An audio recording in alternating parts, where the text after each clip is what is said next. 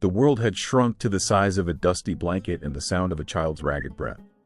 Dr. Elias Vance felt his own lungs seize with a terror so pure it burned away thought, leaving only the cold, sharp edge of panic.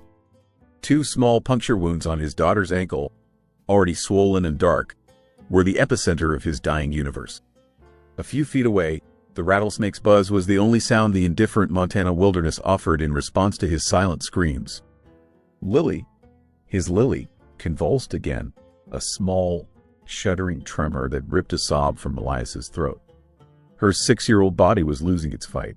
He had lanced the wound, sucked the venom, applied the weak tincture from his medical bag, textbook procedures that felt like a fool's prayer against the potent poison now racing toward her heart. Her breathing shallowed, each gasp a little quieter, a little more distant than the last. His wife, Annabelle, had been gone 3 months, taken by a fever that had mocked his medical knowledge. Now, the same brutal landscape that had promised a new start was claiming the only piece of her he had left. "Please," he whispered, the word swallowed by the vast, empty sky. "Not her, please." Just as the finality of his failure began to settle in his bones, a figure shimmered in the heat haze. A man, tall and gaunt, leading a tired horse, materialized from the shimmering air like a grim spirit of the plains. He moved with a slow, deliberate economy of motion, his face shadowed by the brim of a stained hat. A dark patch of blood spread across his side, a stark crimson flower blooming on his torn shirt.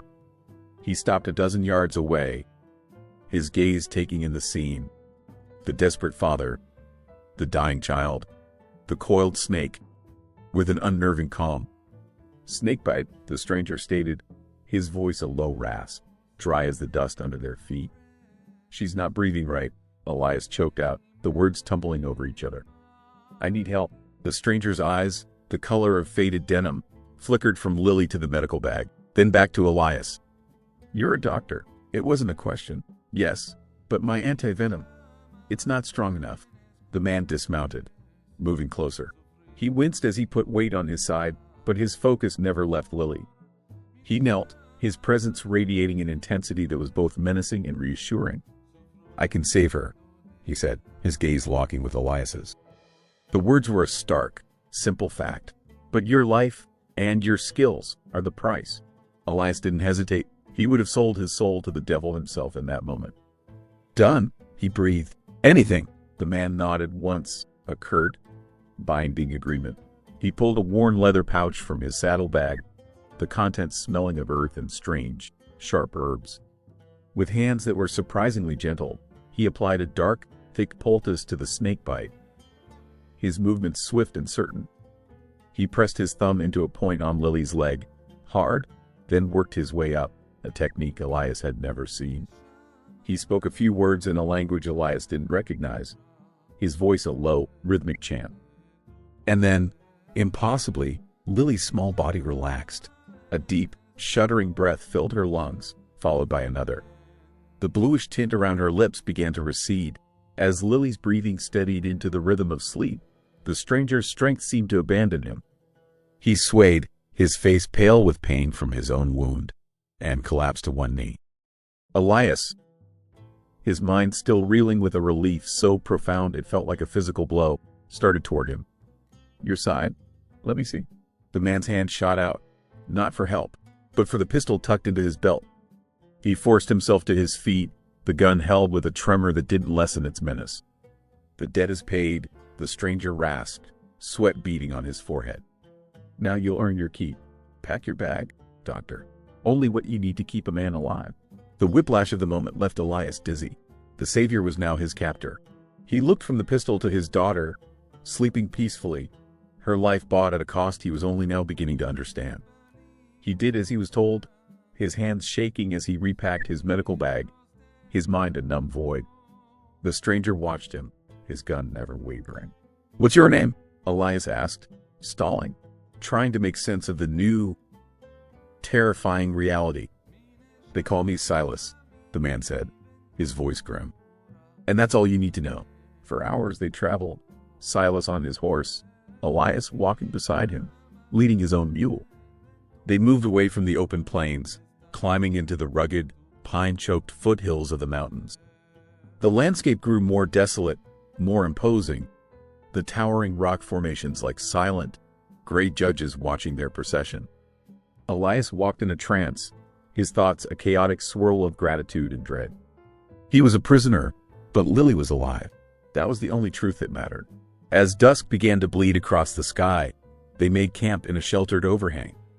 Silas, despite his wound, moved with a woodsman's practiced efficiency, starting a small, smokeless fire. He shared his meager rations, a strip of jerky and a hard biscuit, without a word. Elias checked on Lily, who was still sleeping, her fever down, the swelling in her ankle already reduced. The man's strange medicine had worked a miracle. As he sat by the fire, exhaustion settling deep into his bones, Elias heard it. A sound so faint and unexpected it took him a moment to identify it. A thin, weak cry, almost like a kitten's mew, coming from the heavy saddlebag slung over Silas's saddle. Elias stared at the bag, his blood running cold. Silas saw the direction of his gaze, and his expression, already hard, became granite. "Don't ask," he warned, his hand moving instinctively toward his pistol. But Elias couldn't help it. The sound, the fragile, desperate sound of new life, cut through his fear. It was the cry of an infant. They reached the hideout near midnight, a cave hidden behind a curtain of rock and ancient, twisted pines. The entrance was so narrow Elias had to turn sideways to get his medical bag through. Silas gestured with his gun for him to enter, his face a mask of pain and exhaustion. "In there, and be quiet." Elias stepped into the darkness, the air thick with the smell of wood smoke and something else. Sickness. A low fire cast flickering shadows against the rock walls. In the center of the small cavern sat a crude cradle, hastily fashioned from a wooden crate. As Elias's eyes adjusted to the dim light, the infant's cries grew stronger, more insistent. He moved closer and looked down. A baby, no more than a few weeks old, lay wailing in a nest of worn blankets. Her tiny face was flushed, her skin hot to the touch. She was beautiful, and she was desperately ill. Silas staggered in behind him, leaning heavily against the cave wall, the gun still in his hand but his focus entirely on the cradle. His voice was a low, agonized rasp, filled with a pain that seemed to eclipse his festering wound. "My daughter," he said, the words torn from him. "Her name is Rosie, and she's dying." He finally met Elias's eyes, the last of his strength consumed by a single, desperate command. "You will save her, too." The cave was a womb and a prison, its stone walls holding both the fragile warmth of life and the cold certainty of their entrapment. Elias's world, which hours ago had been the vast, terrifying prairie, was now a cramped circle of firelight, smelling of sickness and damp earth. He moved with the focused calm that had served him through the bloodiest field hospitals of the war. His own fear and captivity walled off behind a rampart of professional duty. 3 patients, his daughter, Lily, sleeping off the last of the snake's venom on a bedroll. The outlaw, Silas, slumped against the cave wall, fever-bright eyes tracking his every move, one hand never straying far from his pistol. And the infant, Rosie, whose life hung by the thinnest of threads. "Her lungs are congested," Elias said, his voice echoing slightly in the enclosed space. He had gently examined the baby, his fingers tracing the tiny ribs that rose and fell with each shallow, rattling breath. "Pneumonia, most likely, from exposure. She needs warmth, fluids, and I need to clear the passages." "Then do it," Silas rasped, his own breathing labored. "Whatever it takes. She's my first priority," Elias stated, his tone leaving no room for argument. "Your wound is festering. The bullet needs to come out, and it needs to be cleaned, or you'll be dead from sepsis in 3 days. But you will wait. The baby comes first." A flicker of the captor's menace returned to Silas's eyes. "We had a bargain, doctor." "The bargain was for my skills," Elias countered, meeting his gaze without flinching. "And my skills dictate that I save the most vulnerable life first. You'll get your treatment when I'm satisfied the child is stable. Until then, you are a liability I cannot afford to address." For a long moment, the 2 men locked eyes. A silent battle of wills waged over the crackling fire. It was Silas who looked away first, his gaze falling to the struggling infant in the cradle. The outlaw's hardness dissolved into the raw fear of a father. All right, he conceded, the word tasting like defeat. Help her. The night became a grueling vigil. Elias worked tirelessly, using a fine, clean cloth to drip boiled and cooled water mixed with a precious pinch of sugar into Rosie's mouth. He fashioned a small steam tent over the cradle with a blanket and a pot of simmering water infused with the pine needles he'd sent a recovering Lily to gather from just outside the cave. The humid air seemed to ease the baby's breathing, but her fever remained dangerously high. The only sounds were the crackle of the fire, the baby's weak cries, and Lily's soft, sleeping breaths. The silence from Silas was the most unnerving. He sat like a stone sentinel, his pain and exhaustion etched onto his face, watching, always watching. Lily woke near midnight, her eyes clear, the venom's haze finally gone. She sat up and looked at the scene.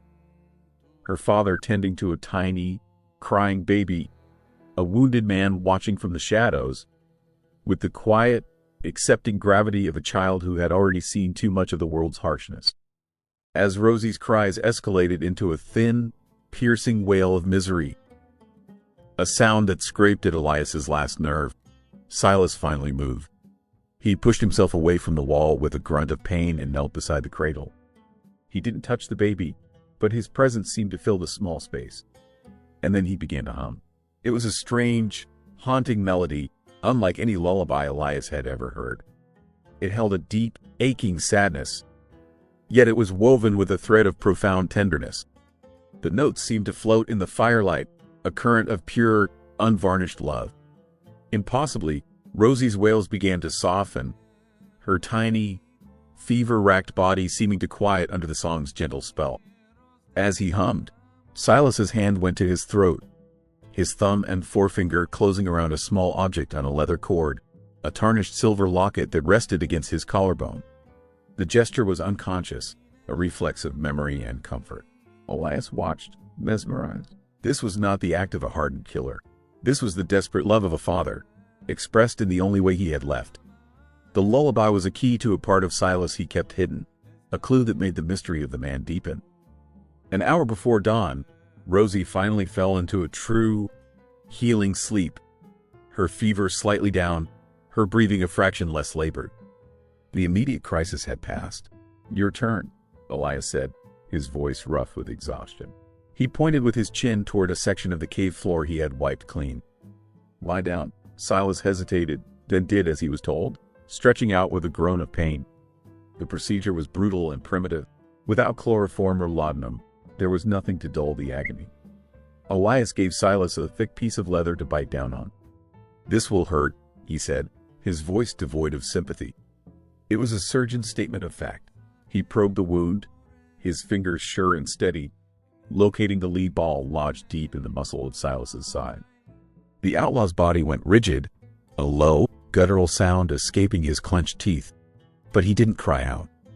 Elias worked quickly, incising the wound further, extracting the bullet, then cleaning the festering cavity with whiskey from his flask, a searing, cleansing fire. He stitched the wound with neat, precise sutures, the needle dipping in and out of the torn flesh with practiced efficiency. When it was over, Silas was drenched in sweat, his face the color of ash, but the relief was palpable. Elias bandaged the wound tightly.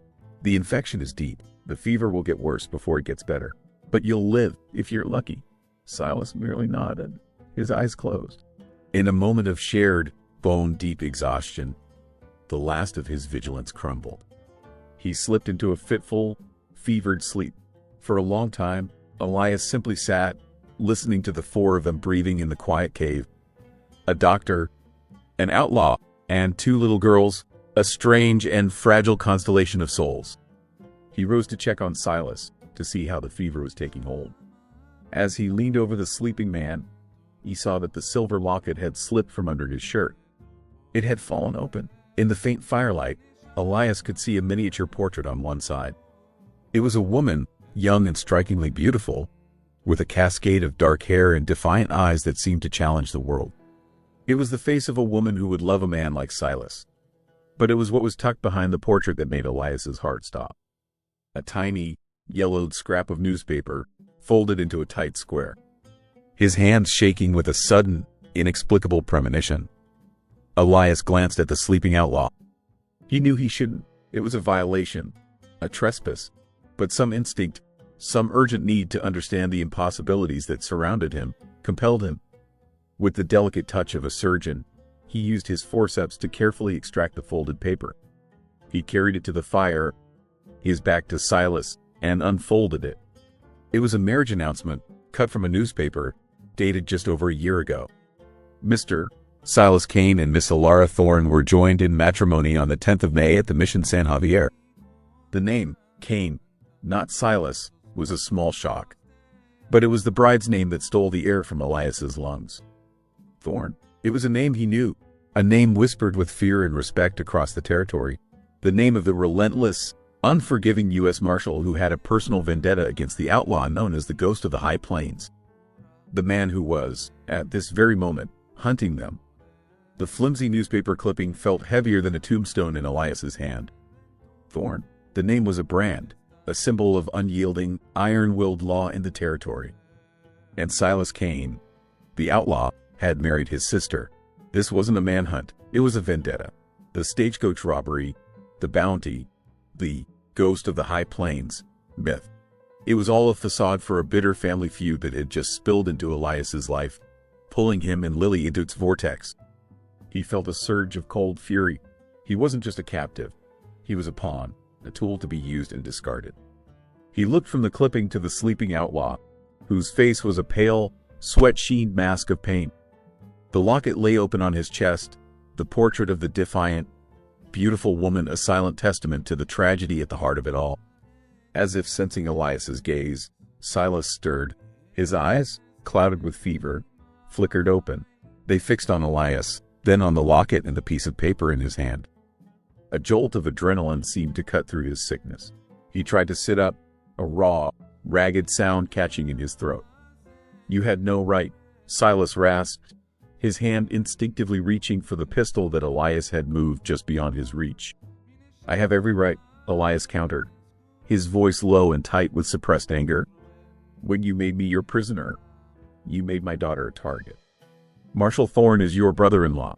This entire chase is personal, and you've dragged us into the middle of it." Silas sank back, the effort to rise too much for him. The fight went out of his eyes, replaced by a grief so profound it seemed to hollow him out from the inside. "He was," Silas corrected, his voice cracking. "He was my brother-in-law." He closed his eyes, and a single tear traced a path through the grime on his cheek. "Alara, his sister, my wife. She's dead." The simple, broken statement silenced Elias's anger. This was not the confession of a hardened outlaw, but the admission of a shattered man. "Thorne blames me," Silas continued, his voice barely a whisper. "He thinks I'm responsible. He thinks I took her from him." He opened his eyes again, and they were pleading, desperate for belief. "He's wrong, Doctor. He's lying to the whole territory. That stagecoach robbery, he pinned it on me. It was a pretext, a legal excuse to hunt me, to kill me and take what's left of her." His gaze flickered to Rosie's cradle. "To take my daughter." Elias stood frozen, the newspaper clipping a damning piece of evidence in a story that was growing more complex and dangerous by the second. He was a man of science, of observable facts and logical deductions. Silas's story was a wild, unsubstantiated claim against a decorated U.S. Marshal. And yet, the raw, unvarnished agony in Silas's voice felt more real than any legal document. The tenderness with which he had hummed to his dying child, the locket he wore like a holy relic. These were not the actions of a man who had murdered his wife. "He will stop at nothing," Silas pressed, sensing the shift in Elias. "He won't just hang me. He'll take Rosie, raise her to hate my memory.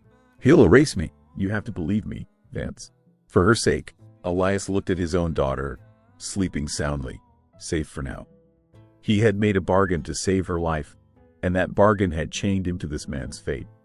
Whether Silas was a liar or a victim, the danger to Lily was the same. Marshal Thorne wouldn't care about a country doctor and his child if they stood in his way. "Papa?" Lily's small voice cut through the tension. She was standing at the mouth of the cave, pointing toward the distant ridges, now bathed in the clear light of mid-morning. "There's a shiny man, Papa." Elias's blood ran cold. He moved to the entrance, pulling Lily back into the shadows. Peering out, he saw it, a lone rider on the crest of the opposite ridge. The distance was too great to make out features, but the sun glinted off something metal, a rifle barrel, a badge. A scout. The sanctuary had been breached. "He's found us," Silas said from behind him, his voice grim with resignation.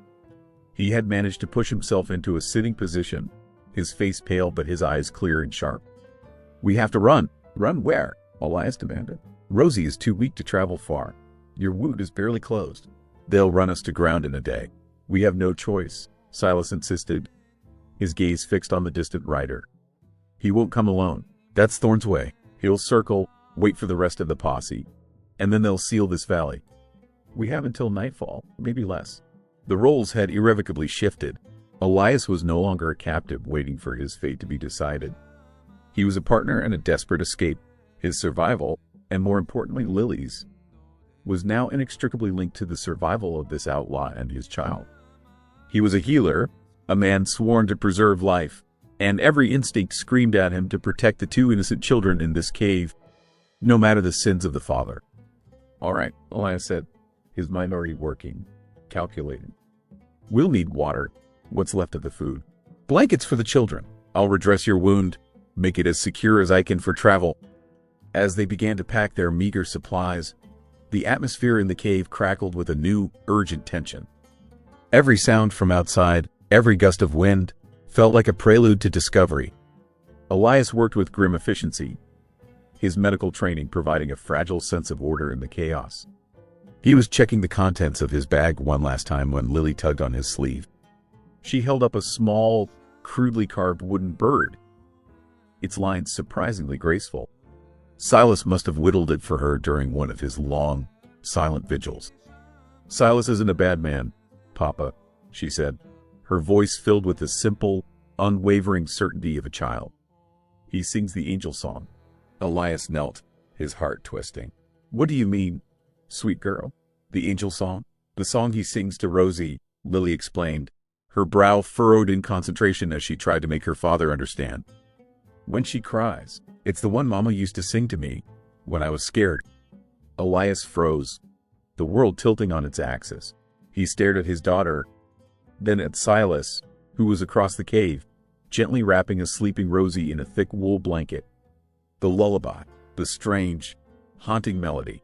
It couldn't be. Annabelle, his Annabelle, had learned that song from her mother in a quiet Ohio town. It was a family melody, a thread of memory passed down through generations. There was no possible way that Silas Kane, a Montana outlaw born and raised in the rugged West, could know it. Yet Lily had heard it. She knew it as her mother's song. The impossibility of it was more convincing than any evidence, more compelling than any desperate plea. It was a piece of a puzzle he didn't know he was solving, a connection that defied logic and spoke directly to his soul. In that moment, Elias Vance made his choice. He wasn't just helping a fugitive escape. He was protecting a man who, by some inexplicable twist of fate, carried a piece of his own lost world. The law, the marshal, the bounty, they ceased to matter. All that mattered was the impossible, undeniable truth of a shared lullaby. The small wooden bird in his hand was an impossible bridge between two worlds. Elias stared at it, the smooth, carved lines a stark contrast to the rough-hewn chaos of his reality. Annabelle's lullaby, a secret melody shared in the quiet moments of their life in Ohio, a gentle inheritance passed from her mother to her, and then to Lily. And now, it was a song hummed by a wounded outlaw in a hidden Montana cave. The sheer, staggering improbability of it was more powerful than any argument, more convincing than any evidence. It was a truth felt in the soul, a stitch of fate pulled so tight it defied reason. In that moment, the world outside the law, outside his rigid, scientific understanding, cracked open. "Vance!" Silas's voice was a sharp crack of thunder, pulling him back. "They're moving, coming down the ridge. We have to go, now." The time for questions was gone. The time for running had arrived. Elias shoved the wooden bird into his pocket, a talisman against the encroaching darkness. He moved with a new, fierce purpose. He was no longer a captive being herded. He was a man protecting his family. The word bloomed, unbidden, in his mind. Family. This strange, broken collection of four souls. They fled the cave like ghosts, melting into the labyrinth of rock and pine. Silas, pale and leaning heavily on a makeshift crutch, carried Rosie, who was bundled so tightly only the tip of her nose was visible. Elias held Lily's hand, his grip a firm promise of safety he wasn't sure he could keep. Every snap of a twig, every skitter of a loose stone, sounded like a gunshot in the tense silence. The mountain was a treacherous enemy. They scrambled over scree slopes that threatened to give way, their boots slipping on the loose shale. They pushed through thickets of thorny brush that tore at their clothes and skin. Silas moved with a grim, pain-fueled determination, but Elias could see the fresh blood seeping through the bandage at his side. By midday, the sky, which had been a brilliant, merciless blue, began to curdle. A bruised, purple stain spread from the western horizon, and the wind picked up, carrying a chill that bit through their thin shirts. It began with a whisper, a mournful sigh through the pines, then grew into a low, menacing howl. "A storm's coming," Silas stated, his breath coming in ragged pants. "It'll cover our tracks, but it'll try to kill us, too." The first drops of rain were fat and cold, striking the dusty ground like dark coins. Within minutes, it was a downpour, a solid sheet of water that plastered their hair to their heads and turned the rocky terrain into a slick, muddy death trap. Thunder cracked overhead, a deafening roar that vibrated through the soles of their boots. They were traversing a narrow, muddy ledge when Silas's foot slipped. He fell hard, twisting his body in midair with a desperate, paternal instinct to shield the infant in his arms. He landed with a sickening thud against the rock face, Rosie's cry muffled by his body. Elias was at his side in an instant. Rosie was unharmed, cushioned by Silas's sacrifice, but the outlaw's face was contorted in agony. The front of his shirt was now soaked in a fresh, bright crimson. The stitches had torn. "Get the children under that overhang," Elias commanded, his voice sharp and authoritative over the roar of the storm. He pointed to a shallow ravine a few yards ahead. There was no question of who was in charge now. Silas, gritting his teeth against the pain, nodded and crawled the remaining distance, dragging himself and the children into the meager shelter. Elias worked in the lashing rain, his hands shaking from cold and adrenaline. The ravine offered little protection, but it was enough. He reopened his medical bag, his precious supplies now dangerously low. "Hold this," he ordered Lily, handing her a bottle of carbolic acid. "Don't spill it." His daughter, her face streaked with mud and rain, held the bottle with a two-handed solemnity that broke his heart. He cut away the blood-soaked bandage. The wound was a mangled mess. "This is going to be hell," Elias said, meeting Silas's pain-filled eyes. "There's no whiskey left. Just do it," Silas ground out, his gaze fixed on the two children huddled at the back of the ravine. Elias worked with a frantic, desperate focus, cleaning and re-stitching the wound as lightning bleached the sky white and thunder shook the very rock around them. He was no longer just a doctor tending a patient or a captive tending his captor. They were two fathers, fighting side by side in a primal war against death and the elements. When he was finished, they huddled together, a miserable, sodden mass of humanity, as the storm raged. The wind screamed through the ravine, and a torrent of muddy water began to pour down the slope, threatening to flood their small shelter. "We can't stay here," Elias shouted over the din. "We'll freeze or drown." They pushed on, half crawling, half stumbling through the tempest.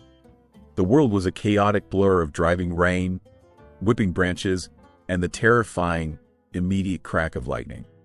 The storm that was trying to kill them was also their only salvation, washing away their tracks, making pursuit impossible. They were at the absolute limit of their endurance, Lily shivering uncontrollably in Elias's arms, Rosie's cries weak and thin when they saw it. Through a curtain of rain, a dark, angular shape against the gray-green landscape. An old line shack, abandoned and weather-beaten, its roof sagging, but its four walls still standing. It was a miracle. With their last reserves of strength, they staggered to the door and forced it open against the wind. The inside was a single, small room, musty and filled with the ghosts of forgotten linemen. But it was dry. It was sheltered. Elias collapsed against the wall, sliding to the floor with Lily in his lap, while Silas sank to his knees, checking on Rosie.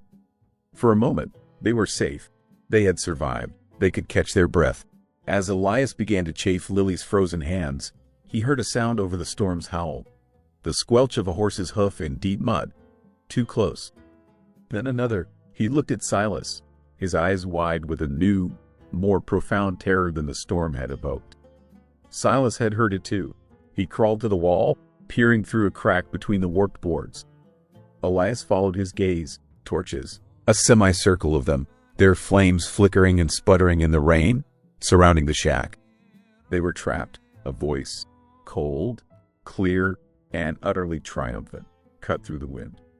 It was a voice accustomed to command, a voice that knew its own power. "It's over, Kane. I know you're in there." Marshal Thorne had found them. "Send out the doctor and the girl. Your business is with me." The shack was no longer a shelter. It was a drum, and Marshal Thorne's voice was the relentless beat against its skin. Outside, the storm and the posse were a single, suffocating presence. Elias pulled Lily away from the wall, his body a shield between his daughter and the cold triumph in the marshal's voice. He could feel the child's small frame trembling, not just from the cold, but from the primal fear of the wolf at the door. Silas had crawled to the opposite wall, his back pressed against the damp wood, Rosie held tight to his chest. The outlaw was gone. In his place was only a father, his face a grim mask of terrified love. His gaze met Elias's across the small, shadowed room, an unspoken question passing between them. "What now?" "You've caused me a great deal of trouble, Kane." Thorne's voice boomed again, closer this time, "dragging these innocents into your filth. But it ends tonight. Alara will have her justice." "He's lying," Silas whispered, his voice a raw nerve. "He never cared about justice, only possession. He couldn't stand that she chose me, that she was building a life away from his shadow." As Thorne continued his monologue outside, a litany of accusations meant to break Silas's spirit before the final kill, a strange calm settled over Elias. The time for fear had passed. Now was the time for calculation. His mind, trained to diagnose and treat, began to assess their situation as it would a terminal illness. The prognosis was grim, but that did not mean there were no options left. His vow, the bedrock of his entire professional life, echoed in his mind. Primum non nocere. First, do no harm. But what did that mean now? Was standing by while Thorne murdered this family not the greatest harm of all? "That lullaby," Elias said, his voice quiet but intense, cutting through Silas's strained breathing. "The one you sing to Rosie. Where did you learn it?" Silas looked at him, his expression clouded with confusion at the question. "What?" "The song," Elias pressed, his eyes boring into Silas's. "It was my wife's, Annabelle's. She sang it to Lily. There is no earthly reason you should know it." The world outside, with its torches and its mad marshal, seemed to fade away. Silas's gaze turned inward, to a memory that was clearly both precious and painful. "Alara," he breathed. "She learned it in Ohio, years ago, before we met. She was sick, a weakness in her lungs. Spent a winter in a sanatorium there." He swallowed hard. "She shared a room with another patient, a young woman from a nearby town, a school teacher. Kind," she said. "They became like sisters, shared stories, secrets, songs." Annabelle. It had been Annabelle, in a sanatorium, the winter before they were married. A time she rarely spoke of, a shadow in her otherwise bright life. The impossible connection was real. Fate, or God, had woven their lives together with a single, mournful melody, a thread that had now led them to this final, desperate moment. "Her name was Annabelle Vance," Elias said, the words feeling like a prayer. Silas's eyes widened in dawning, tragic understanding. "My God," he whispered. The shared grief, the shared connection to two women lost too soon, solidified the bond between them into something unbreakable. "He killed her," Silas said, his voice thick with a hatred that had been tempered by sorrow for too long. "Thorne, he found out she'd collected proof of his corruption. Ledgers, testimony from men he'd extorted. She was going to expose him. He confronted her at the cabin. She said he begged, then threatened. When she wouldn't back down, he pushed her." Silas's voice broke. She fell from the porch, hit her head. He staged it to look like an accident. "I found her. I was the only one who saw him riding away." The truth, stark and terrible, settled in the small room. Elias finally understood. He looked at his medical bag, not as a tool of healing, but as an arsenal. The vow he had made was not a passive creed, it was an active verb. And sometimes, to prevent the greatest harm, a doctor had to cause it. "Keep the children at the back of the shack," Elias ordered, his voice now crisp and clinical. "Cover their mouths and noses with a damp cloth when I tell you." He began to work, his movements swift and precise. He took out a bottle of sulfur powder, used for antiseptic poultices, and a small jar of potassium nitrate, a salt he sometimes used in diuretic mixtures. He emptied them onto a dry strip of bandage, mixing the fine powders together. "What are you doing?" Silas asked, his eyes wide. "Creating a diversion," Elias replied, wrapping the mixture tightly. He placed it near a crack in the wall, then uncorked his bottle of carbolic acid, its acrid smell filling the air. "This will create a thick, choking smoke. It will be our only chance." "Come out, Cain!" Thorn roared, his patience clearly gone. "Or we'll burn you out." "Now!" Elias commanded. Silas covered the children's faces as Elias used his flint and steel. A single spark hit the powder. It didn't explode. It erupted, a geyser of thick, yellow-white smoke pouring through the crack in the wall and billowing out into the rain-soaked night. Shouts of confusion and choked coughs came from outside. The torches scattered as men stumbled back from the noxious cloud. "Stay with them," Elias told Silas. He ripped the shack door open and plunged into the disorienting smoke. He could make out shapes, men staggering, their eyes streaming. Thorn stood near the edge of the cloud, his face a mask of pure fury, trying to peer through the haze, his pistol raised. Elias moved silently, a shadow within the smoke. He was not a fighter, but he was a surgeon.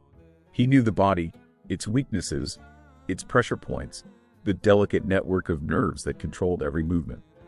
As Thorn turned, sensing a presence, Elias struck. He didn't throw a punch.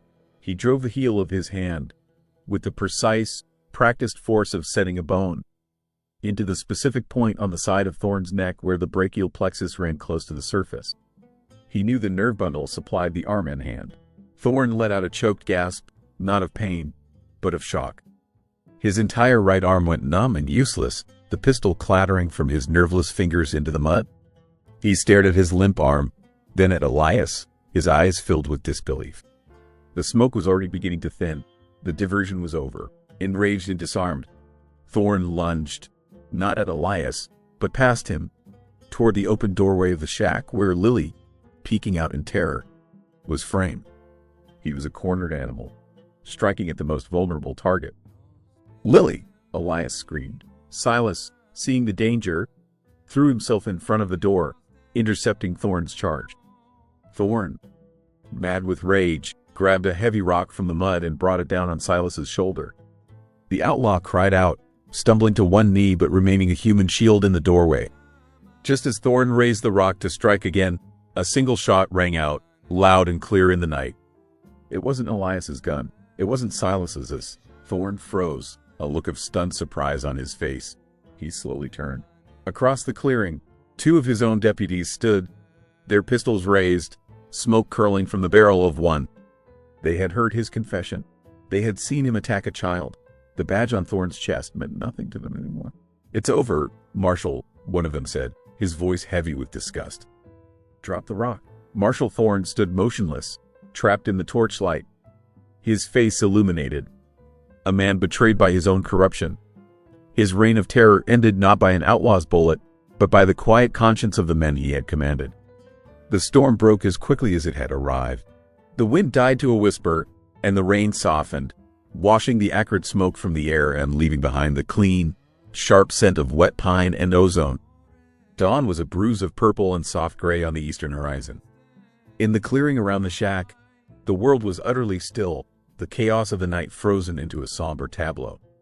Marshal Thorn stood disarmed, his face a mask of disbelief, his authority stripped from him by the quiet mutiny of his own men. The deputies, their faces grim and set, bound his hands with a cold efficiency that spoke of a respect that had been irrevocably broken. "We heard it all, Marshal," the older deputy said, his voice heavy with a shame that was not his own.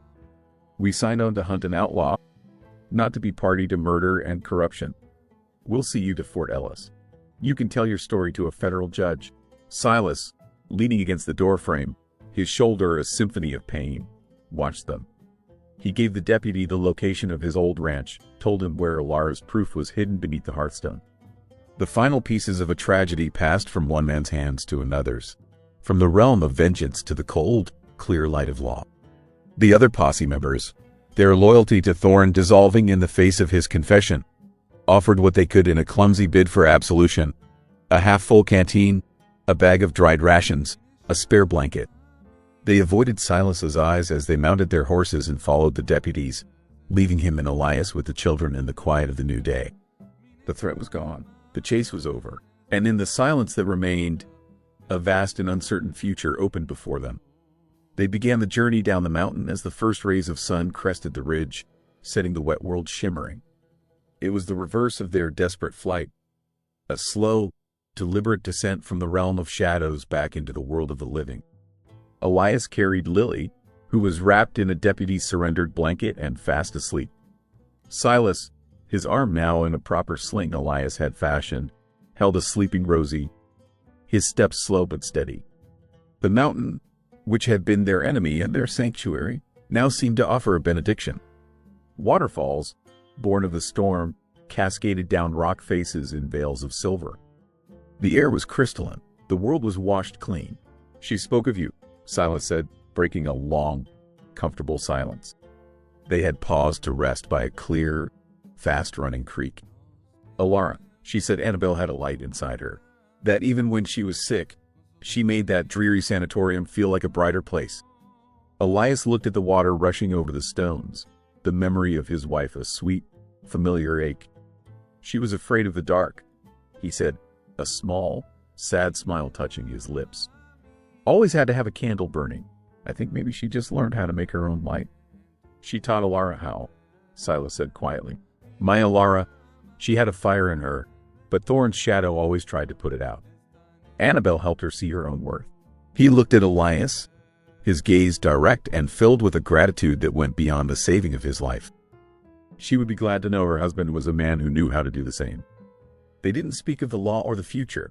They spoke of the women who had unknowingly bound them together. They were no longer a doctor and an outlaw, just two widowers, two fathers, finding their way through a shared landscape of grief and hope. They found the homestead near the bottom of the valley. It was nestled in a small meadow, protected by a stand of cottonwoods, a creek meandering through the tall grass. The cabin was small, its porch sagging and its windows dark, but the stone chimney was solid, and the roof, though patched, looked sound. It had been abandoned, but not yet reclaimed by the wilderness. It was a place of potential, a place to heal. Inside, they laid the sleeping children on a dusty but dry mattress left behind in the single room. Then, in the soft morning light filtering through the grimy window panes, Elias tended to Silas's wounds for the last time. He worked with a gentle focus, no longer a captive performing a duty, but a friend offering care. He cleaned the gash on Silas's shoulder and restitched the torn wound in his side, his touch sure and comforting. "The rest is up to you," Elias said, securing the final bandage. "Rest, good food, you'll heal." Silas looked down at his bandaged body, then around the small, dusty cabin that was their new, temporary home. "What now, Vance?" he asked, the question holding the weight of their uncertain future. Elias had no answer. He was a doctor without a practice, a man 1,000 miles from the life he had known. Silas was a rancher without a ranch, a father whose name had been cleared but whose life was in pieces. They were free, but they were adrift. He was about to say as much when Silas, his gaze fixed on his sleeping daughter, began to hum. It was the lullaby, the angel song. The melody filled the quiet cabin, a thread of aching beauty weaving through the dusty air. It was a song of loss, of memory, of a love that had crossed the boundaries of death and circumstance to bring them all to this place. And then, without conscious thought, Elias joined in. His voice, a hesitant tenor, found the harmony, blending with Silas's rough, broken baritone. He sang for Annabelle, for the light she had brought into his life. He sang for Alara, the woman he'd never known but whose courage had saved them. Lily stirred on the mattress. She sat up, her eyes still heavy with sleep, and listened. A small, sleepy smile touched her lips. She knew this song. It was the sound of safety, the sound of love. Her own small, pure voice joined the men's. A third, hopeful harmony in the quiet morning. They finished the song together, the final notes lingering in the sun-dusted air. Silas looked at Elias, his eyes shimmering with unshed tears. For the first time, the ghost of the high plains smiled, a true, unguarded expression of profound, soul-deep gratitude. Elias smiled back, a weight he hadn't even realized he was carrying lifting from his spirit. He looked at the two men, and the two little girls who were now, impossibly, sisters. He saw the path forward, not as a clear road, but as a direction, a purpose.